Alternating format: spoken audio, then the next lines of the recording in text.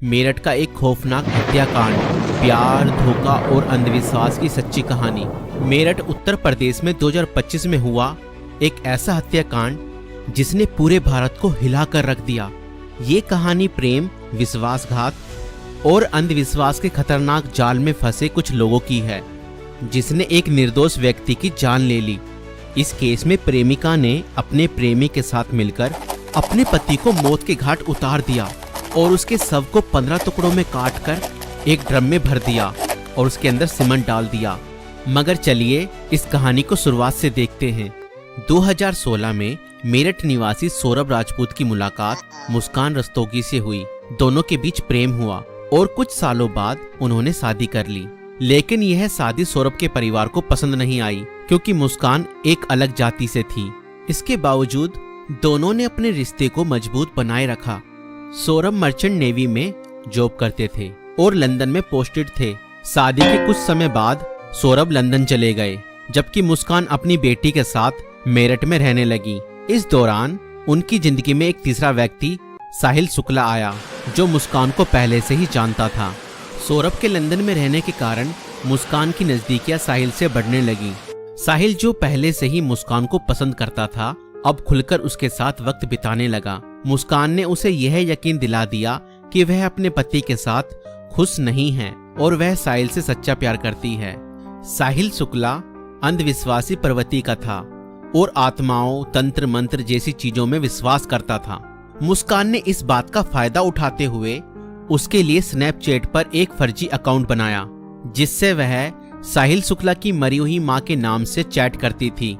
इस फर्जी अकाउंट से वह साहिल को यकीन दिलाने लगी कि उसकी मां की आत्मा मुस्कान को पसंद करती है और चाहती है कि वे दोनों साथ रहें। धीरे धीरे साहिल पूरी तरह से मुस्कान की बातों में फंस गया। मुस्कान ने उसे यह विश्वास दिलाया कि अगर वह उसके पति सौरभ को रास्ते से हटा दे तो वो दोनों एक साथ रह सकते हैं। साहिल अब पूरी तरह से मुस्कान के इशारों पर नाचने लगा था। मुस्कान और साहिल ने मिलकर सौरभ को मारने की साजिश रची। 4 मार्च 2025 को जब सौरभ लंदन से मेरठ अपनी पत्नी और बेटी से मिलने आया, तब मुस्कान ने सौरभ की फेवरेट सब्जी कोफ्तों में बेहोशी की दवाई मिलाकर खिला दी।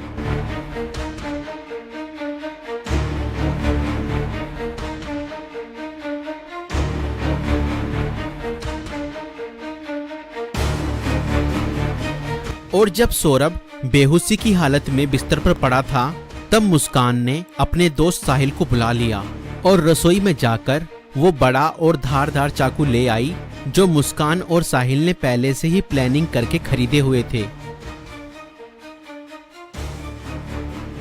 और करीब 20 मिनट तक साहिल ने मुस्कान को बताया कि कैसे उसे अपने पति का वध करना है।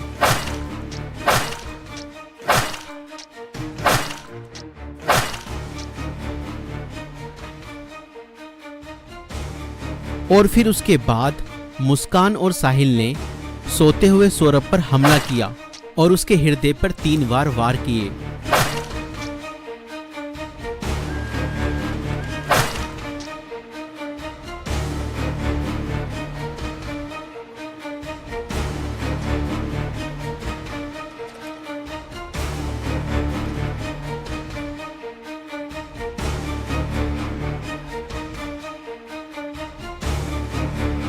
और घर में पड़े कूलर को भी ऑन कर दिया ताकि उसकी आवाज किसी को भी ना सुनाई दे। जब उन्होंने सौरभ को खत्म कर दिया, उसके बाद वह उसकी बॉडी को बाथरूम में ले गए।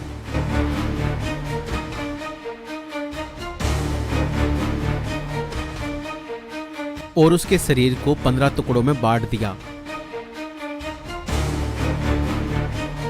सौरभ को खत्म करने के बाद उन्हें इस बात की चिंता हुई कि अगर सब बरामद हो गया तो पुलिस उन तक जरूर पहुंच जाएगी। इसलिए उन्होंने सबको ठिकाने लगाने की योजना बनाई और मुस्कान बाजार जाकर एक प्लास्टिक का ड्रम खरीद लाई। और मुस्कान और साहिल ने सौरभ के शव के टुकड़ों को उस प्लास्टिक ड्रम में डाल दिया और ऊपर से सीमेंट भी डाल दिया ताकि उसकी बॉडी की स्मेल बाहर ना जाए। और उसके बाद उन्होंने उस ड्रम को घर के एक कोने में रख दिया। इसके बाद मुस्कान और साहिल ने सौरभ के मोबाइल फोन से उसके सोशल मीडिया अकाउंट को एक्टिव रखा। उन्होंने सौरभ के अकाउंट से हिमाचल प्रदेश की शिमला की तस्वीरें और स्टोरीज पोस्ट की ताकि लोगों को लगे कि वह घूमने गया है। उन्होंने उसकी फैमिली और दोस्तों को यह यकीन दिलाने की कोशिश की कि सौरभ जिंदा है और बाहर यात्रा कर रहा है। इस दौरान मुस्कान और साहिल खुद भी शिमला घूमने चले गए ताकि अगर कोई लोकेशन ट्रैक करे तो किसी को शक ना हो, लेकिन किसी भी अपराधी की तरह वह भी ज्यादा समय तक बच नहीं पाए। सौरभ के परिवार ने जब उससे संपर्क करने की कोशिश की और कोई जवाब नहीं मिला तो उन्हें शक हुआ। परिवार ने मेरठ पुलिस में गुमशुदा की रिपोर्ट दर्ज कराई।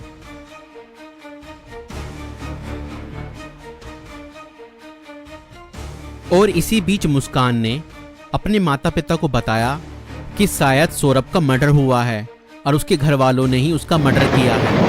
मगर मुस्कान के पिता ने कहा, नहीं बेटा, किसी के भी घर वाले कितना ही नाराज हो जाएं तो भी ऐसा कदम अपने बेटे के लिए नहीं उठा सकते। बेटा मुझे सच सच बताओ, सौरभ कहाँ है? मुझे सच्चाई बताओ, मैं किसी से कुछ नहीं कहूँगा। और तब मुस्कान ने अपने पिता को बताया कि उसने और साहिल ने मिलकर सौरभ को खत्म कर दिया है।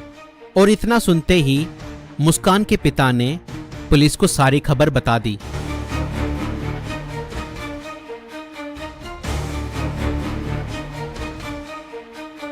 और पुलिस ने तुरंत मुस्कान और साहिल को गिरफ्तार किया और उस प्लास्टिक ड्रम को भी बरामद किया जिसमें सौरभ के शव के टुकड़े थे।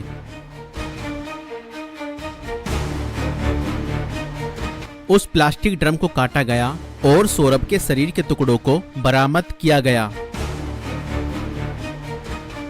इस खौफनाक हत्या मिस्ट्री का अंत पुलिस द्वारा हत्यारों की गिरफ्तारी के साथ हुआ। पुलिस ने मुस्कान और साहिल को गिरफ्तार कर लिया। दोनों पर हत्या, साजिश और शव को छुपाने के गंभीर आरोप लगाए गए। दोस्तों, ये घटना हमें यह सिखाती है कि अंधविश्वास का अंजाम बहुत बुरा और भयानक होता है। साहिल ने अपनी मां की आत्मा के नाम पर बनाए गए एक फर्जी अकाउंट पर भरोसा किया और हत्या जैसा अपराध कर दिया। और गलत संबंध और रिश्तों का अंजाम बहुत बुरा ही होता है। मुस्कान ने अपने फायदे के लिए साहिल को मानसिक रूप से कंट्रोल किया और हत्या तक करवा दी और कानून से कोई नहीं बच सकता।